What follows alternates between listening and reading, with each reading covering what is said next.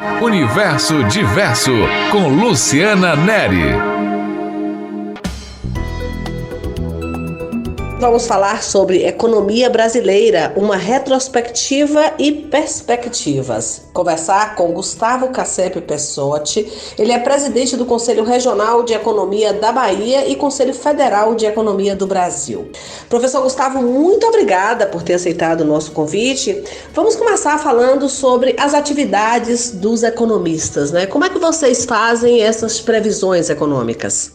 Os economistas traçam cenários com base nas principais variáveis econômicas, o PIB, que é o Produto Interno Bruto, a inflação, com base nos índices de preços esperados, o comportamento da taxa Selic, que dita a tendência esperada da taxa de juros básica da economia, as expectativas de mercado de trabalho. E o que vocês economistas fazem com esses indicadores? Todas essas variáveis, elas são contabilizadas. Elas são desagregadas em séries de dados, das quais a gente analisa a tendência de comportamento mês a mês, analisa sazonalidades, eventos que ocasionalmente sempre interferem na mudança de sinal, numa perspectiva de aumento temporário em função de uma data específica, o Dia dos Pais, o Natal.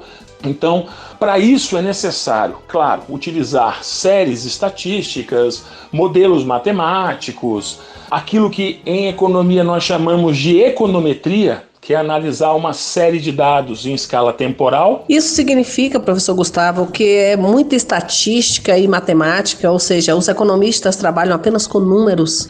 O economista precisa muito da sensibilidade e da capacidade de associar os acontecimentos aos desdobramentos, tanto na perspectiva teórica. Cada economista tem uma orientação teórica, tem uns que são mais liberais, tem uns que são mais intervencionistas, e isso acaba interferindo naquele posicionamento, na sua expectativa em relação ao futuro. E é preciso equilibrar, então, a frieza dos modelos matemáticos, que vão tentar analisar uma tendência de comportamento de uma variável, mas também utilizar o bom senso e uma linha de argumentação que é um pouco mais subjetiva e que tenta associar movimentos nas curvas de oferta e demanda e os seus respectivos desdobramentos nas demais variáveis. Ou seja, os economistas trabalham com variáveis objetivas, como matemática e estatística, e também subjetivas, né? Que é o jeito que ele interpreta essa realidade, que ele vê esses números, a depender aí de seu posicionamento teórico.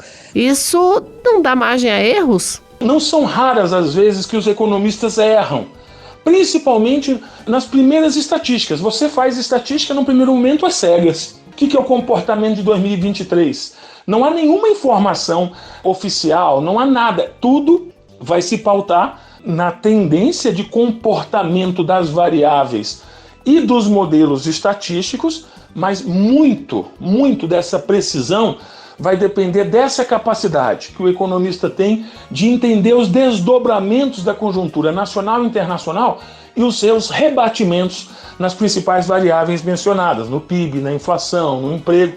A partir daí é que traçam-se cenários prospectivos em relação ao comportamento dessas variáveis. E daí vem as análises de conjuntura, né? Como é que elas são feitas, professor? Toda análise de conjuntura, ela precisa ter informações do que nós chamamos da demanda doméstica, e a demanda doméstica envolve o comportamento de consumo das famílias, os investimentos que são realizados pelas empresas e o comportamento dos gastos governamentais, das políticas públicas.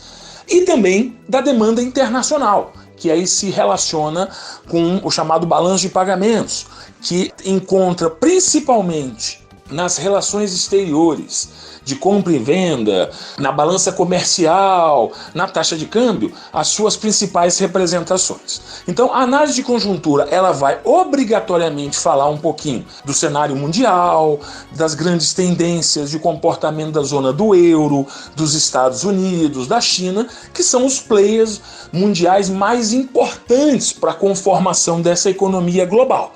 Quais são os órgãos que usam esse tipo de análise aí que o senhor falou? Todas as grandes instituições que fazem análise de conjuntura, as instituições financeiras, as secretarias de planejamento, o IBGE, enfim, todos os órgãos em geral usam a análise de comportamento das variáveis internacionais e depois uma análise bem detalhada do comportamento doméstico, das famílias, do poder de compra, da relação dos salários, da inflação, da capacidade de consumo em função do nível de endividamento das famílias brasileiras.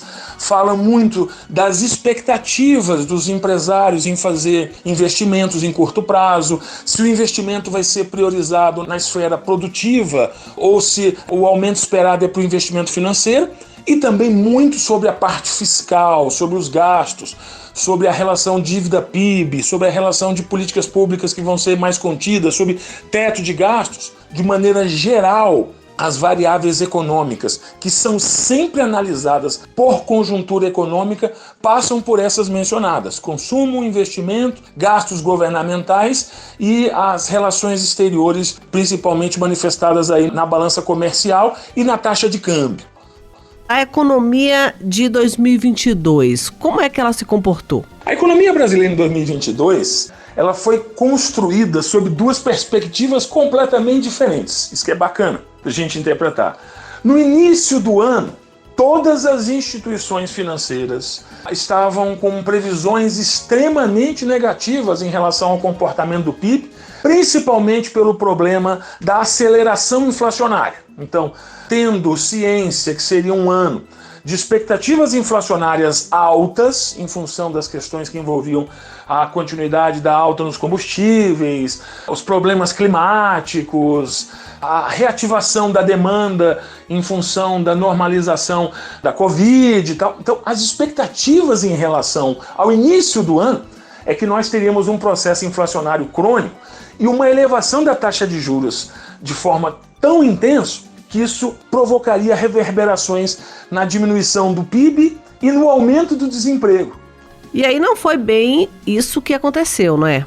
E por incrível que pareça, apesar desse cenário extremamente recessivo, a gente está fechando um ano de 2022 com um cenário quase que completamente oposto a esse verificado. A taxa de crescimento ela não está consolidada, fechada, mas ela deve gravitar em torno de 2,5% a 2,8%. A taxa de inflação, que acelerou sim muito no primeiro semestre do ano de 22, em função dos aumentos dos combustíveis e dos alimentos, e também de alguns serviços, ela tem uma inflexão a partir do segundo semestre e deve fechar em torno de 6%.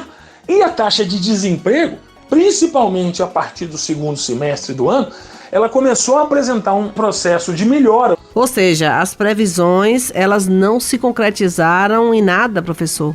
Todos os estados brasileiros começaram a gerar mais postos de trabalho, a economia cresceu e o quadro econômico de 2022, apesar de todas as adversidades, apesar do momento eleitoral, apesar de tudo que aconteceu, ele vai fechar um ano com variáveis bastante interessantes e com alguns desafios. E quais são esses desafios para 2023? Principalmente relacionados à necessidade de continuar o programa de ampliação de postos de trabalho, a diminuição da inflação e o problema muito localizado nas famílias, que é o endividamento familiar, que é algo que, digamos assim, cria um grande desafio para 2023. Para analisar o ano de 2023, a gente não tem nenhuma informação estatística, a gente está fechando o ano em dezembro de 2022, a gente só tem informações estatísticas mais ou menos até outubro de 2022. Então veja, até para falar de 2022 a gente ainda precisa fazer projeções, porque mesmo em dezembro você não tem os dados consolidados. Então, para falar de 2023, novamente a gente tem que recorrer àquela questão das projeções, né, e da análise subjetiva também dos argumentos, daquilo que acontece no cenário político brasileiro, uma vez que a eleição está definida, uma vez que as expectativas são de elevação de gasto fiscal. E isso é uma coisa boa ou uma coisa ruim? Isso, de um lado, traz algumas consequências positivas, de outro, negativas. O mercado fica extremamente preocupado. todas as vezes que você tem um exagero no gasto fiscal, uma ameaça de que o teto fiscal de gastos não vai ser cumprido, e isso gera algumas expectativas negativas também para a economia. E nesse cenário, como ficarão as taxas nesse próximo ano, professor? Especialmente aqui, quais são as previsões aqui para o nosso país, né? O nosso mercado interno, como vocês chamam? Eu diria para vocês assim, tomando como referência o que as principais instituições de mercado estão fazendo e projetando para frente, o ano de 2023 deve ser um ano, digamos assim, de alguns desafios, né? A taxa de crescimento, por exemplo, para o PIB, projetada pela maior parte das instituições brasileiras, é inferior a 1% para 2023. Essa é uma taxa muito baixa. Confirmada essa expectativa, a gente teria uma séria dificuldade para a retomada do mercado de trabalho formal, que é, digamos assim, um dos grandes desafios da nova gestão política brasileira para 2023. Fazer com que o desemprego caia, melhorar o poder aquisitivo das famílias, diminuir o processo inflacionário, com o qual automaticamente você melhora a relação de endividamento familiar. Como eu falei anteriormente, o endividamento foi um óbice, um gargalo. Mês após mês a gente observava em 2022 um aumento do número de famílias endividadas, né, batendo recordes históricos na série de 2022. O que significa que sim, esse é um grande desafio.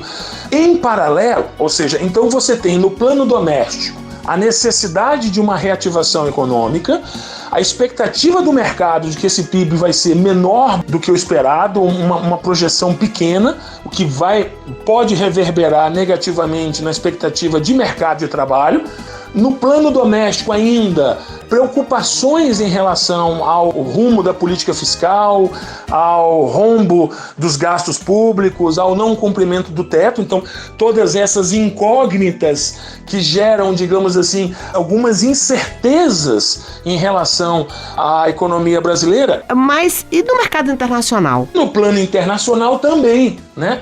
A guerra da Rússia e da Ucrânia ainda conturbando o cenário internacional, a possibilidade de que os Estados Unidos, em função do seu processo inflacionário, continue elevando a taxa de juros básica e com isso provocando, né, fuga de capitais para os Estados Unidos, o que significa pressão na nossa taxa de câmbio. A nossa taxa de câmbio foi um óbice, o governo federal não conseguiu reduzir de patamares acima de R$5 por dólar. E no que é que essa taxa de câmbio implica aqui para a economia brasileira, professor? Você não melhorando essa relação cambial acaba ocasionando problemas inflacionários daqueles produtos que você precisa importar, né, de fora e que, portanto, leva em consideração essa taxa de câmbio. Há muitas incertezas para 2023, mas e o senhor se arrisca a prever o que exatamente, professor Gustavo?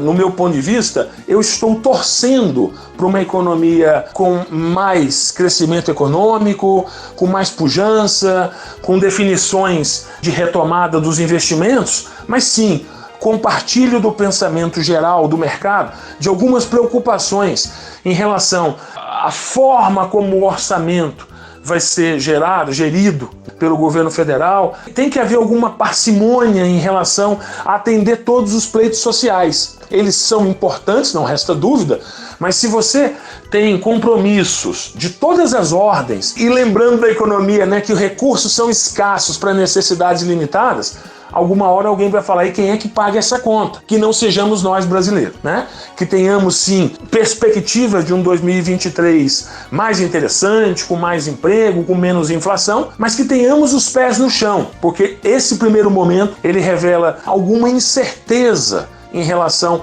à forma como os pleitos sociais eles vão ser atendidos, a forma como o orçamento vai ser gerado e como a arrecadação vai se comportar para fazer frente a esses gastos, tá? Espero de coração que a gente tenha um 2023 muito bom.